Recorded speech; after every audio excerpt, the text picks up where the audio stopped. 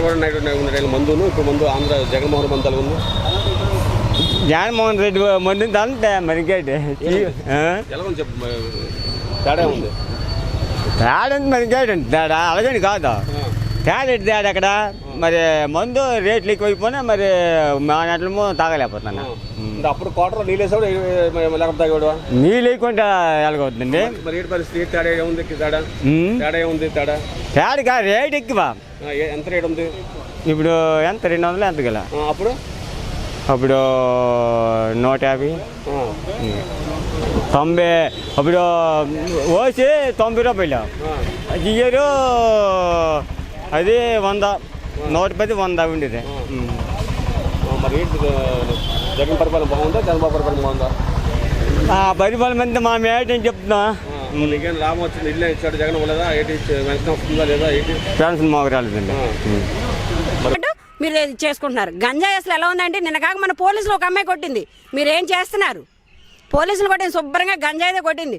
వైజాగ్ ఎంత చక్కగా ఉండేదంటే, శాంతికి మరో పేరుగా వైజాగ్ అంటే, దాన్ని సర్వనాశనం చేశారు మీ వైసీపీ నాయకులు వచ్చి. ఇష్టం వచ్చిన ఎక్కడికక్కడ భూ కబ్జాలు, ఎక్కడికక్కడ గంజాయి వ్యాపారాలు, ఎక్కడికక్కడ మద్య వ్యాపారాలు. ఏంటండి ఇది? ప్రజలు మీకు 151 సీట్ ఇచ్చి గెలిపిస్తే మీరు ప్రజలకు ఏం న్యాయం చేశారు? మీరు ప్రజలకు ఏం చేశారు? తిరిగి మా పవన్ కళ్యాణ్ అంటారా నువ్వు గెలిచావా? వాడు మా పవన్ కళ్యాణ్ గారిది ఒకటే లక్ష్యం, 7 సిద్ధాంతాలతో ఆయన ముందుకొచ్చారు. కులాలను కలిపే ఉద్దేశం, మతాలను కలిపే ఉద్దేశం, ప్రతి ఒక్కళ్ళని రాజకీయంలోకి తీసుకొచ్చే ఉద్దేశం. ఆయన ఆశయాలన్నీ ఒకటే, ఎవరికి కష్టం వచ్చినా మా జన సైనికులు ముందుంటారు, మా వీర మహిళలు ముందుంటారు. ఆ ఉద్దేశంతో ఆయన పదవులు ఉంటే ఏంటి, ఊడిపోతే ఏంటి, ఆయనకు అక్కర్లేదండి. మీకంటే నీ తండ్రి పేరు చెప్పుకొని వైఎస్ జగన్మోహన్ రెడ్డి గారు వచ్చారు, ఎన్టీఆర్ పేరు చెప్పుకొని చంద్రబాబు నాయుడు వచ్చారు. ఆయనకి ఏ పేరు లేదు. ఆయన కష్టంలోంచి బయటకు వచ్చాడు, ప్రతి ఒక్క కష్టంలోంచి ఆయన బయటకు వచ్చాడు. ఆయన ఎవరిని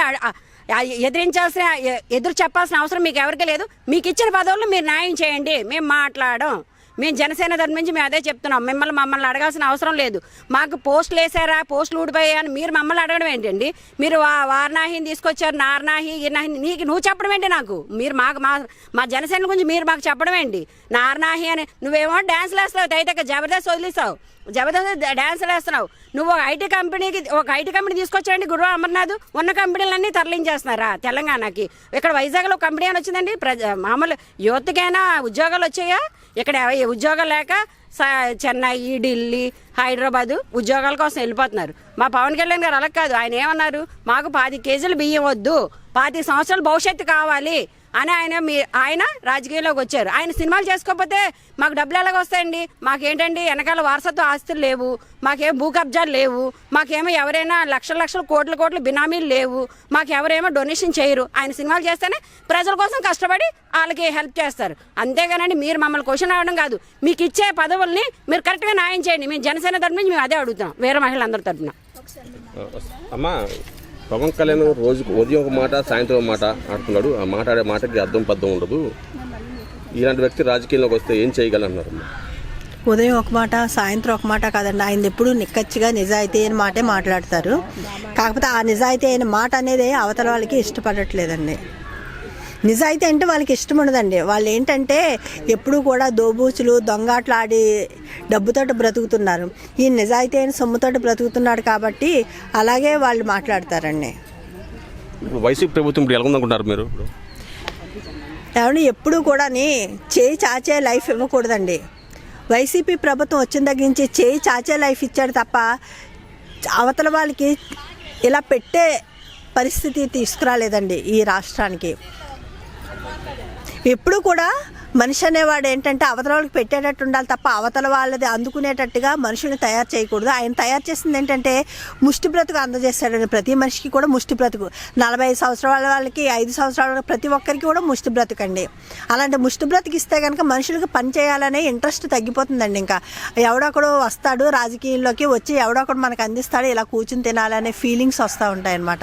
అలాంటి చాచే అవకాశం కాకుండా పెట్టే అవకాశం రావాలంటే మనం కష్టపడి మనం బ్రతకాలండి. ఈరోజు పవన్ కళ్యాణ్ గారు అలా ఆయన ఓన్ కష్టంతో ఆయన కష్టాన్ని 10 మంది కష్టంలో ఉన్న వాళ్ళకి సహాయపడుతూ ఈ యొక్క కుళ్ళు రాజకీయాన్ని, ఇలాంటి మురికితనాన్ని బయటికి తీసేసి మంచి నాయకత్వాన్ని ఇక్కడ చూపించాలనే ఉద్దేశంతో ఆయన ఇప్పుడు రాజకీయాల్లో ముందంజ వేస్తున్నారు. అంటే అన్నయ్య నిజంగా అప్పుడు పీఆర్పీ పార్టీ ఉన్నట్లయితే వాళ్ళ ముఖ్యమంత్రి కానీ ఆ పార్టీని నమ్మేశాడు. ఈయన కూడా సేమ్ అదే రకంగా అమ్మేస్తాడు అంటున్నారు. ఏమంటే ఊహించుకోవటం వేరు.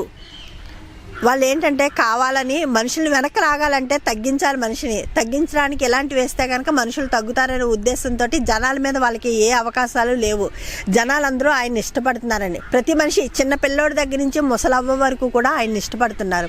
ఇష్టపడుతున్నప్పుడు ఆయన తగ్గించాలంటే ఏ ఒకటి మనుషుల మీద అక్షంతలు వేయాలి. అలాంటి అక్షంతలు వేయటం కోసం అనేసి వీళ్ళే ఇలాంటి ఊహాకల్పనలు అన్నీ చెప్పి జనాల్ని నమ్మించడానికే ప్రలోభ చేస్తున్నారండి.